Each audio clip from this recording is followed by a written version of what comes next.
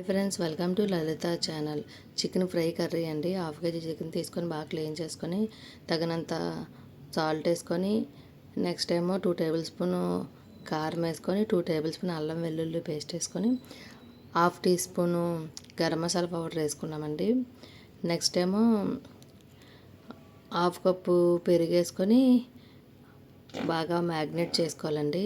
కొత్తిమీర వేసుకొని నెక్స్ట్ ఏమో హాఫ్ ముక్క నిమ్మ చెక్క రసం వేసుకోవాలండి. ఈ మ్యాగ్నేట్ చేసుకొని హాఫ్ అన్ అవర్ ఫ్రిడ్జ్లో పెట్టేసుకోవాలి, లేదంటే పక్కన పెట్టేసుకున్నా పర్లేదు. ఈ ముక్కలకన్నీ మ్యాగ్నేట్ చేసుకొని పక్కన పెట్టేసుకుంటే ఈ ముక్కలు జ్యూసీగా ఉంటుంది.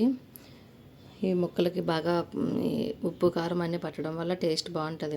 మనం స్టవ్ ఆన్ చేసుకొని కళాయి పెట్టుకొని కళాయిలోనే 5 టేబుల్ స్పూన్ ఆయిల్ వేసుకొని ఆయిల్ వేయగానే సన్నగా కట్ చేసుకుని ఆనియన్స్ చేసుకొని బాగా ఫ్రై చేసుకోవాలండి.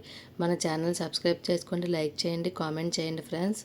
నెక్స్ట్ నాకు సపోర్ట్ చేసిన వాళ్ళందరికీ ధన్యవాదాలు.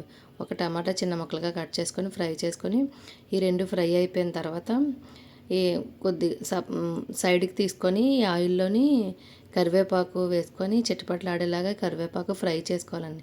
ఎందుకంటే కరివేపాకు వేసుకుంటే బాగుంటుంది. చికెన్ ఫ్రై కర్రీ కాబట్టి మనం ముందుగా మ్యాగ్నేట్ చేసుకుని ఈ చికెన్ వేసుకొని బాగా కలిపేసుకొని లో ఫ్లేమ్లో మాత్రమే ఈ చికెన్ ఉడకనివ్వాలి. హైలో పెడితే మాడిపోద్ది, నెక్స్ట్ ఏమో లోపల ఉడకదు అనమాట. ఇగోండి 15 మినిట్స్ తర్వాత చెక్ చేసి చూస్తే ఇగోండి అసలు వాటర్ అంటూ లేదు. మనం ఈ మ్యాగ్నేట్ చేసుకున్న ఈ వాటర్ ఉంటుంది కదండి చికెన్కి, ఈ వాటర్ అంతా ఇంకిపోయింది. ఎమ్మి ఫైనల్గా కొత్తిమీర గార్నిష్ చేసుకోవడమే. Chicken fry curry super. Bye friends.